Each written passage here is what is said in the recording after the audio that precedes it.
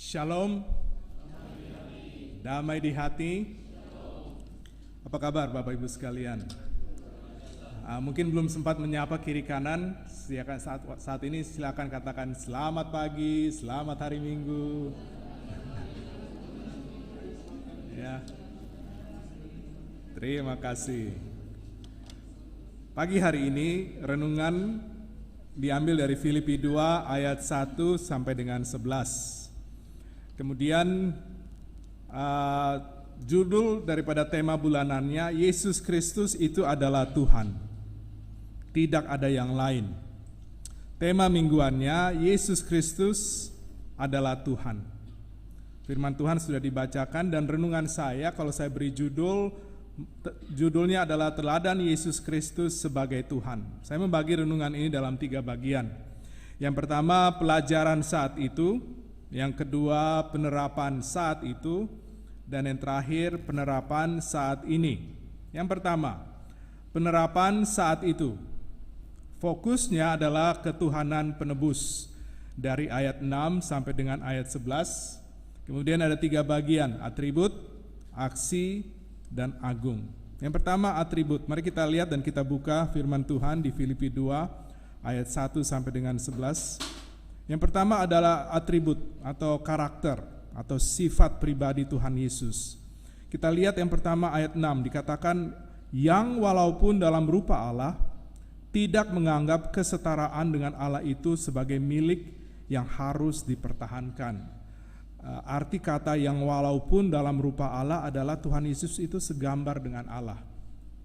Tuhan Yesus itu sebelum menjadi manusia adalah Tuhan Allah. Tuhan Yesus adalah Tuhan Allah, bukan hanya manusia belaka. Kemudian aksi, tidak hanya pribadinya sebagai Tuhan, tetapi apa yang dia lakukan. Ayat 7 dan 8 dikatakan, melainkan telah mengosongkan dirinya sendiri dan mengambil rupa seorang hamba dan menjadi sama dengan manusia.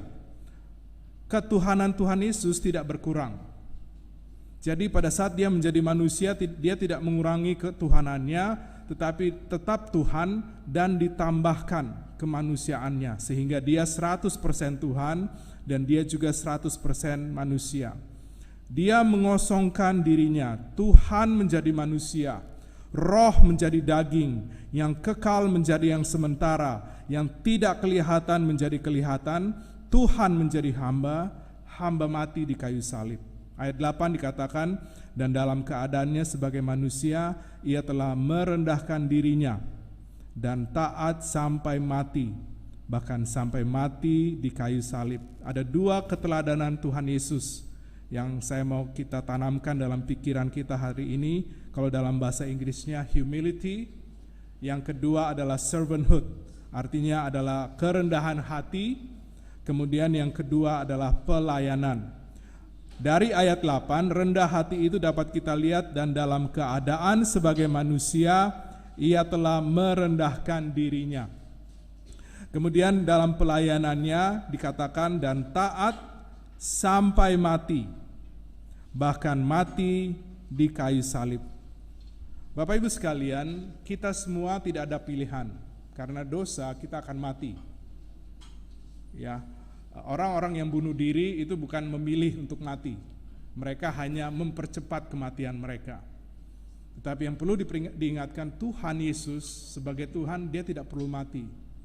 Dia memilih untuk mati supaya kita diselamatkan. Jadi itu luar biasa ya, itu ketuhanannya yang harus kita selalu sembah dan kita muliakan.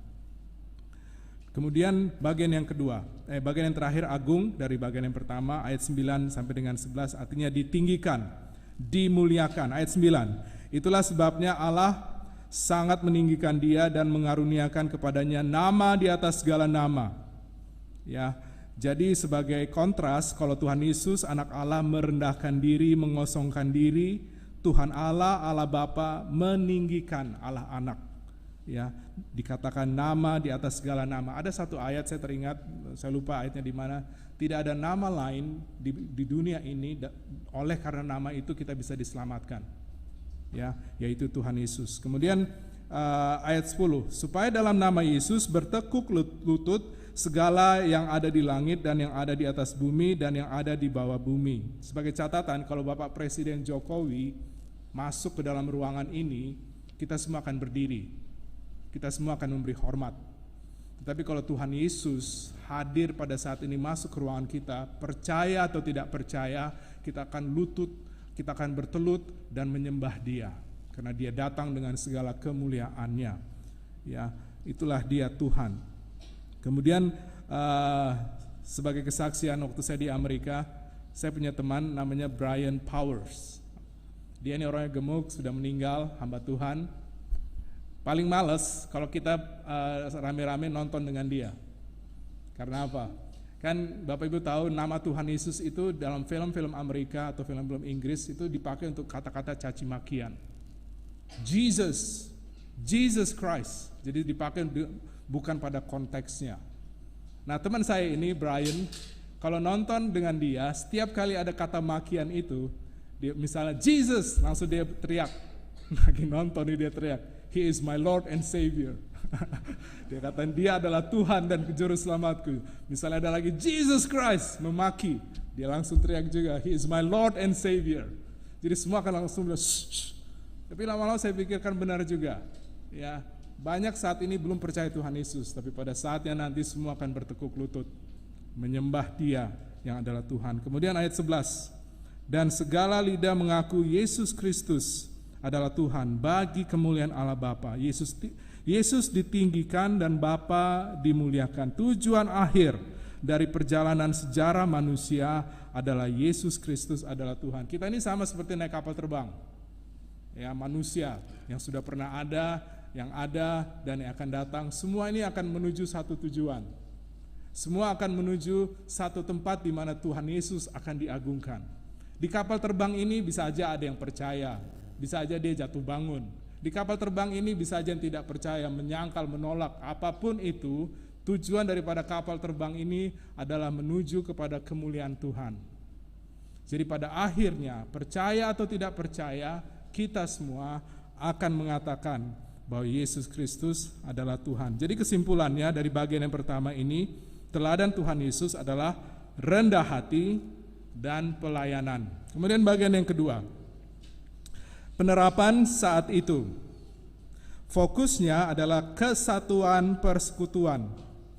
Di ayat yang kelima, kemudian ayatnya yang ke-1 sampai dengan 4.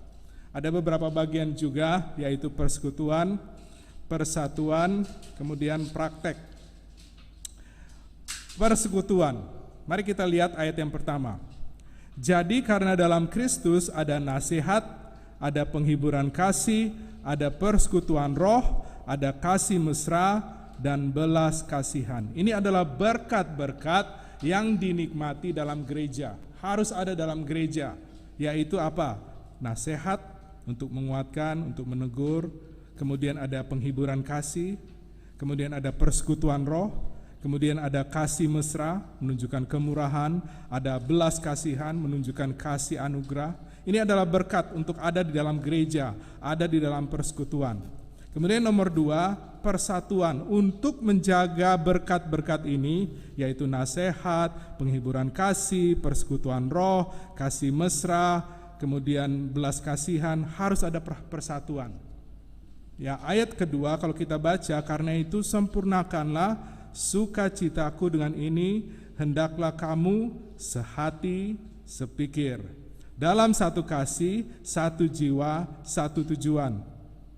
Nah, perlu persatuan untuk menjaga persekutuan yang ada berkat-berkatnya. Dan definisi yang paling bagus tentang persatuan, mau baca di kamus apa aja, ada di Alkitab, yaitu kata-kata sehati, sepikir. Ya, saya mau katakan dalam bahasa Inggrisnya, unity is not uniformity. Artinya persatuan itu bukan kita harus seragam. Ya, kita bisa berbeda. Kemudian unity is not unison. Unison artinya seperti menyanyi bukan hanya satu suara, tetapi seperti paduan suara, semua suara yang berbeda. Tidak apa-apa, itu katakan amin, tidak apa-apa. Ya, kemudian agak terganggu. Tapi unison artinya walaupun kita semua ada suara 1, suara 2, suara 3, suara 4, bahkan ada yang bisa mengarang lagu di antara semua suara ini ada suara-suara false yang kalau sendiri tapi kalau digabung jadi harmoninya luar biasa. Jadi artinya unity itu artinya semua suara menjadi satu. Nah, Bapak Ibu tahu apa arti university? University artinya unity in diversity. Artinya satu di dalam keragaman. Jadi kalau kita belajar di kampus dengan semua jurusan-jurusan, sebenarnya pengetahuan ini hanya untuk satu. Karena semua pengetahuan pada awalnya untuk Tuhan Yesus. Ya, mau ekonomi, mau hukum, mau apa saja, semuanya tujuannya adalah untuk satu. Jadi saya mau kesimpulkan, walaupun kita semua mempunyai pendapat yang berbeda, pandangan yang berbeda, temperamen yang berbeda, budaya yang berbeda, kalau kita sehati sepikir, maka tujuan itu akan dapat dilaksanakan. Ya. Kemudian dipertegas lagi nih dalam ayat kita apa itu sehati sepikir, yaitu satu kasih, satu jiwa, satu tujuan. Satu kasih artinya kasih yang selalu memberi dengan membayar harga. Kemudian yang kedua, satu jiwa, artinya satu pikiran. Kemudian satu tujuan, satu arah. Kemudian yang ketiga adalah praktek. Apa yang dapat kita lakukan? Mari kita lihat ayat yang kelima. Ini menjadi kerinduan. Hendaklah kamu dalam hidupmu bersama, berjemaat, dalam persekutuan, menaruh pikiran dan perasaan yang terdapat juga dalam Kristus Yesus. Dua hal, rendah hati dan pelayanan. Nah, praktek ini ada dua hal, yaitu rendah hati. Mari kita lihat ayat 3. Rendah hati dikatakan begini, dengan tidak mencari kepentingan sendiri atau puji-pujian yang sia-sia, sebaliknya hendaklah dengan rendah hati yang seorang menganggap yang lain lebih utama daripada dirinya sendiri. Tidak mencari kepentingan sendiri berarti kita tidak fokus kepada Tuhan. Kita harus fokus kepada Tuhan. Kemudian puji-pujian yang sia-sia. Harusnya segala hormat, puji-pujian, siapapun dia dalam struktur organisasi gereja, kemuliaan hanya untuk Tuhan. Ya, kemudian menganggap yang lain lebih utama daripada dirinya. Bukan berarti diri sendiri penting, bukan berarti diri sendiri kita ini penting tidak penting. Kita harus memperhatikan diri kita. Tetapi di atas semua itu kita menganggap yang lain lebih penting. Jadi kesimpulannya Bapak Ibu sekalian, rendah hati ini satu definisi yang bagus yang saya pernah baca. Rendah hati itu berarti melihat diri sendiri dan orang lain sama di mata Tuhan. Kemudian yang kedua, dikatakan dan janganlah, ini dalam artinya pelayanan, janganlah tiap-tiap orang hanya memperhatikan kepentingannya sendiri, tetapi juga kepentingan orang lain juga. Saling memperhatikan, saling melengkapi, saling memberi. Ini adalah pelayanan. Nah, ternyata Bapak Ibu sekalian, salah satu alasan Paulus menulis kitab Filipi, ternyata ada perpecahan di gereja di Filipi. Perpecahan ini mari kita buka. Filipi 4 ayat 2 dan 3. Perpecahan bukan masalah doktrin, karena kalau doktrin pasti Paulus akan mengajarkan, tapi perpecahan ini karena relasi, hubungan yang tidak baik di dalam gereja. Filipi 4 ayat 2 saya bacakan, Yudia kunasehati dan Sintike kunasehati supaya sehati sepikir dalam Tuhan. Jadi ada konflik, ada ketidaksehatian, tidak sepemikiran antara dua wanita penting dalam gereja, yaitu Yudia dan Sintike. Dari ayat ini saja kita bisa lihat berkat daripada persekutuan adalah saling menasehati.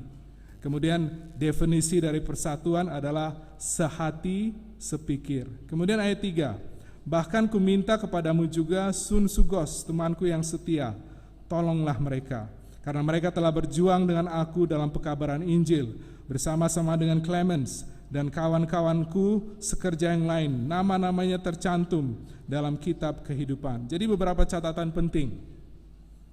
Untuk memberi nasihat seperti Paulus menasihati Sintike, Paulus menasihati Yudia. Artinya dalam menghadapi pihak-pihak yang berkonflik, kita harus mengerti dua pihak. Tidak bisa membela satu dengan yang lain. Kemudian yang kedua, perpecahan karena tidak ada sehati sepikir.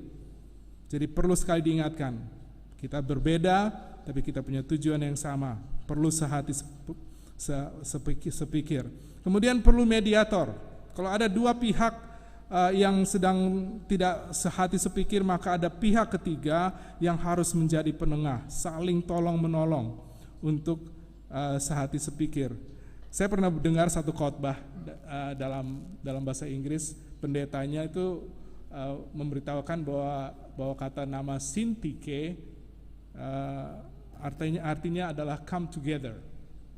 Kemudian Euodia with beautiful words, artinya Syntyche datang bersama, with beautiful words artinya dengan kata-kata yang indah. Saya coba cari itu definisi itu di kamus-kamus, di buku-buku, nggak pernah ketemu. Mungkin pendeta itu sengaja karena untuk konteks persatuan memakai istilah itu, tapi saya pikir bagus ya.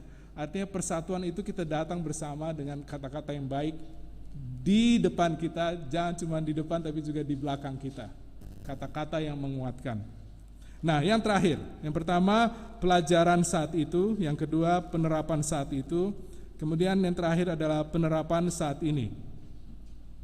Fokusnya adalah kesatuan persekutuan.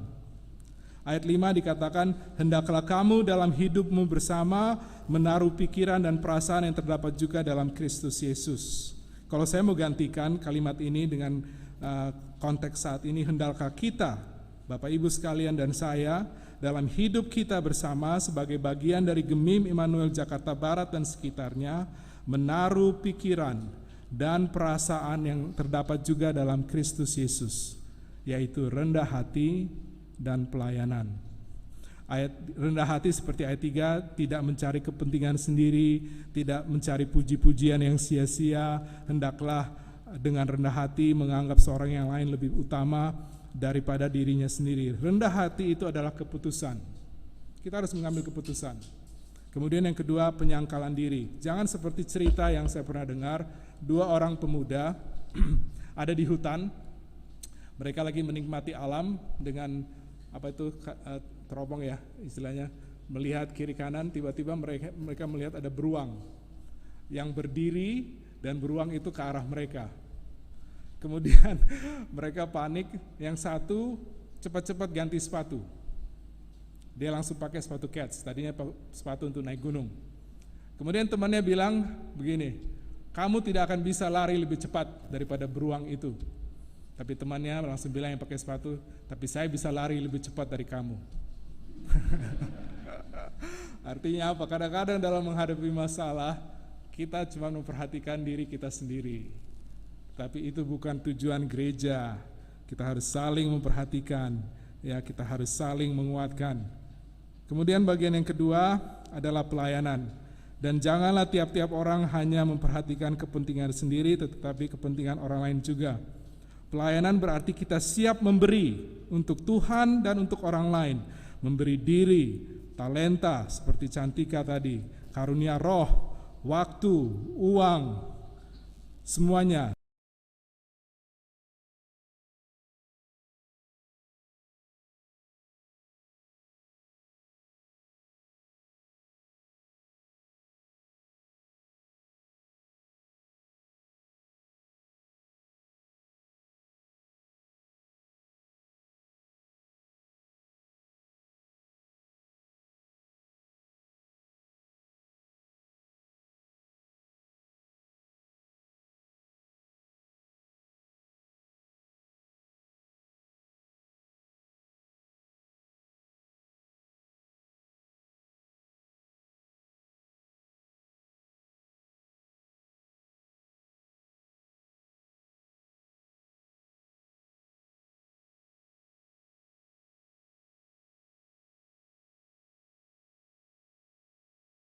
Pendeta bajak laut, karena mata saya darah tinggi sehingga sampai saat ini juga saya masih melihat Bapak Ibu semua dua, tapi saya mengucap syukur sudah lebih baik.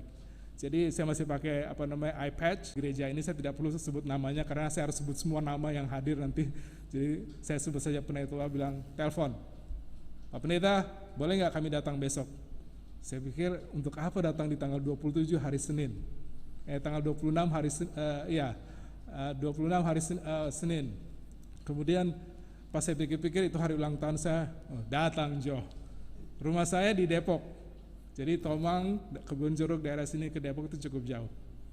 Kemudian di hari kerja, pada hari itu, di hari kerja datang tidak hanya satu, tidak hanya dua, hampir 20 orang ke rumah saya. Dan 20 orang ini ada yang naik motor, ada yang naik kereta api sampai 4 jam karena pulang kantor langsung ke Depok. Ya, kemudian sampai di rumah biasa toh, kalau orang Manado masak dulu untuk makan malam. Saya bilang masak, kemudian saya katakan diaken, salah satu diaken yang sedang masak, diaken tolong siapkan renungan untuk nanti malam. Langsung kaget dia pas lagi masak langsung aduh mau bawa apa nih, mau bawa renungan apa. Saya mau katakan dalam sejarah hidup saya, keluarga Luhu 5, keluarga Tindas, tidak pernah dalam ulang tahun itu jam 12 dirayakan. Bangun. Ini ada kue. Ya, tapi pertama kali dalam hidup saya ada jemaat 20 orang lebih datang tanggal 26 malam makan bersama di jam 12 di hari kerja nih besoknya di jam 12 berdoa bersama, habis itu mendengarkan renungan untuk hari ulang tahun saya. Saya tidak akan pernah lupa semua itu. Karena itu yang saya mau katakan, itulah kesehatian, itulah sepemikir, itulah persatuan. Jadi saya harapkan di gereja ini, karena saya masih tetap aktif dan akan terlibat di gereja ini dan mengucap syukur 5 tahun terakhir Tuhan membawa saya di gereja ini karena opa saya dari pihak mama Tindas itu sebelum ada gerakan, ada pemuda remaja Tindas dalam sejarah Gemim, opa saya itu aktif di Tanah Minahasa untuk gerakan pemudanya, Paul Tindas. Jadi sangat-sangat mengucap syukur saya boleh terlibat di gereja ini karena kembali ke akar keluarga. Tapi saya mau ingatkan kepada Bapak Ibu sekalian, persatuan itu akan ada kalau ada rendah hati dan pelayanan. Mari sesuai dengan teladan Tuhan Yesus kita beri yang terbaik untuk memuliakan nama Tuhan dan menjadi berkat bagi banyak orang. Nah, invitasi saya sebagai penutup, saya ingin memberikan beberapa pertanyaan. Yang pertama untuk pribadi. Sudahkah kita menerima Dia sebagai juru selamat dan Tuhan? Banyak orang hanya mau menerima Tuhan Yesus sebagai juru selamat, tapi tidak mau menerima Dia sebagai Tuhan. Karena kalau Tuhan, berarti kita harus hidup menyenangkan Dia. Sudahkah kita hidup menyenangkan Tuhan? Kemudian pertanyaan yang kedua untuk persekutuan, untuk gereja. Bila kita mengaku ketuhanan Yesus dalam kehidupan bersama, kita sebagai jemaat Gemim Immanuel Jakarta Barat dan sekitarnya, sudahkah kita rendah hati? Sudahkah kita melayani? Sudahkah kita sehati sepikir? Kalau jawaban dari pertanyaan-pertanyaan ini masih belum, mari kita belajar dan menerapkan teladan Yesus Kristus sebagai Tuhan, rendah hati dan pelayanan. Persatuan gereja akan terus ada bila ada rendah hati dan pelayanan. Menutup renungan ini ada sebuah lagu berikutnya, Dia Tuhan. Baik, tolong kunci C. Nah, ikuti saya. Dia, kunci D, naik ke D. Dia Tuhan, Dia Tuhan, Dia telah bangkit dari maut, sebab Dia Tuhan.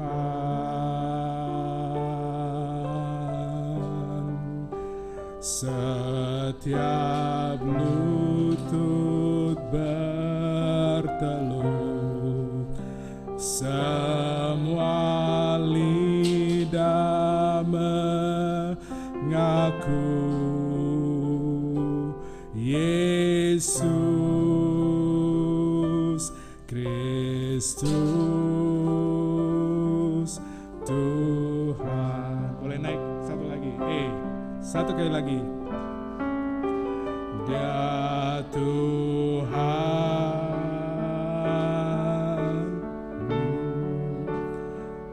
Dia Tuhan,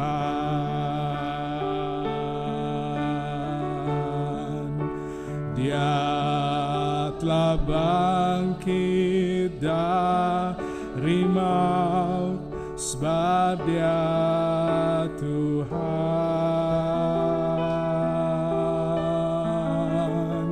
Setiap lutut bertelut,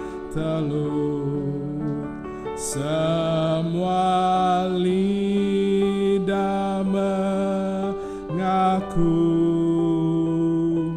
Yesus Kristus Tuhan. Tuhan Yesus memberkati penerapan dan pemberitaan firman-Nya. Haleluya. Amin.